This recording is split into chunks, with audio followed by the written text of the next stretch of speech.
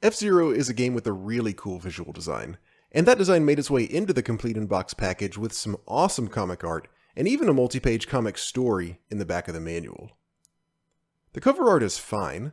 It's pretty cool, but in my opinion that's really just because the design of the vehicles is cool. The art itself here is nothing special, but it does depict the vehicles and the feel of the game well enough. Then we start getting some of this comic art on the sides of the box.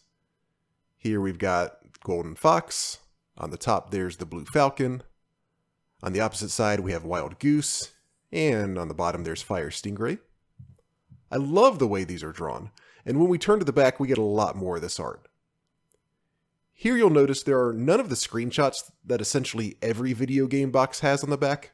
Instead we get a quick little comic book style representation of the game, with each of the main characters getting a quick line of their own, an announcer hyping us up for the races, and then a quick rundown of each character's style, also by the announcer.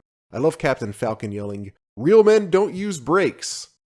Inside the box we've got the typical Super Nintendo stuff. Here's the consumer precautions booklet, the manual itself, which we'll get to, the Nintendo Power ad,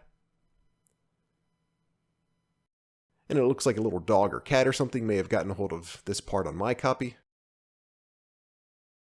The manual starts off with this "What is F-Zero" backstory.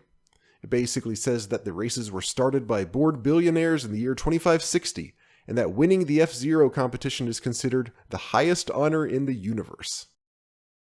By the way, I don't know if this is just me, but it took me 30 years to realize that the title F-Zero is a play on the term F1.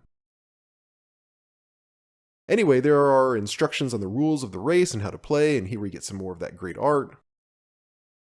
Then just a little farther in, we start really getting to the good stuff. First, there's a section of the machines and their pilots. We get some vehicle specs and character backgrounds. There's Captain Falcon, Dr. Stewart, Pico, and Samurai Goro. I think it's funny that Captain Falcon's age is unknown, but they note rumored to be in his early 30s. Makes it sound like people are whispering, "Hey, have you heard? Word has it that Captain Falcon's in his 30s.